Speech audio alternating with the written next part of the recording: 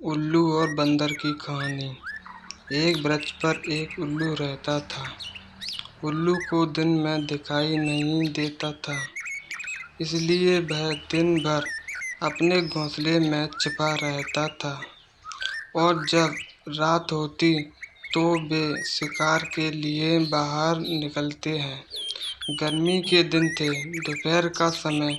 आकाश में सूर्य आग के गोले की तरह चमक रहा था। बड़े जोरों की गर्मी पड़ रही थी। कहीं से एक बंदर आया और वृक्ष की डाल पर बैठकर बोला, ओए, बड़ी भीषण गर्मी है। आकाश में सूर्य आग के गोले की तरह चमक रहा है। बंदर की बात उल्लू के भी कानों में पड़ी। वह बोल उठा, क्या कह रहे हो? सूर्य चमक रहा है। बिल्कुल झूठ। चंद्रमा के चमकने की बात कहते तो मान भी लेता। बंदर बोला, चंद्रमा तो दिन में चमकता नहीं, रात में चमकता है। इस समय दिन है। दिन में सूर्य की चमकता है। सूर्य का प्रकाश जब तीव्र रूप से फैल जाता है तो भयानक गर्मी पड़ती है। आज सचमुच बड़ी भयानक गर्मी पड़ रही है। बंदर ने उल्लू को समझाने का बड़ा प्रयास किया कि आकाश में सूर्य चमक रहा है और उसके कारण भयानक गर्मी पड़ रही है, पर उल्लू अपनी बात पर अड़ा रहा। बंदर के अधिक समझाने पर भी वह यही कहता रहा कि ना तो सूर्य है, ना सूर्य का प्रकाश और ना गर्मी पड़ रही है। उल्लू और बंदर दोनों जब देर तक अपनी अपनी बात पर अड़े रहे थे तो उल्लू ने अपने दोस्तों के पास चलकर निर्णय करने का विचार किया। बंदर ने उल्लू की बात मान ली।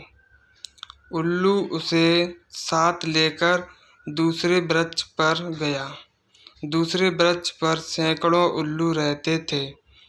उल्लू ने अपने जाति भाइयों को एकत्रित करके कहा, भाइयों, इस बंदर का कहना है, इस समय दिन है और आकाश में सूर्य चमक रहा है।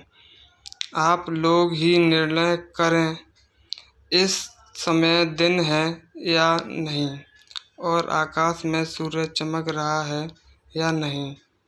उल्लू की बात सुनकर उसके जाति भाई बंदर भी हंस पड़े और उसका उपहास करते हुए बोले, क्या कह रहे हो जी?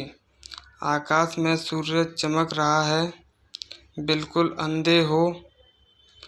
हमारी बस्ती में ऐसी झूठी बात का प्रचार मत करो। पर बंदर अपनी बात पर अड़ा था।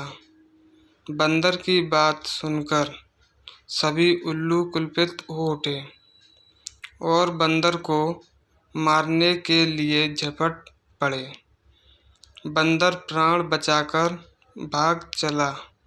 कुशल था कि दिन होने के कारण उल्लुओं को दिखाई नहीं पड़ रहा था। उधर दिन होने के कारण बंदर को दिखाई पड़ रहा था। उसने सरलता से भागकर उल्लुओं से अपनी जान रक्षा कर ली। बच्चों, इस कहानी से हमें ये शिक्षा मिलती है कि जहाँ पर मूर्खों का वास हो, वहाँ पर सत्य को असत्य सिद्ध कर दिया जाता है।